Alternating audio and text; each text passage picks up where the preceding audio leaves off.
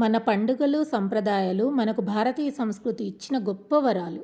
వాటిని ముందు తరాలకు అందించడం మన కర్తవ్యం.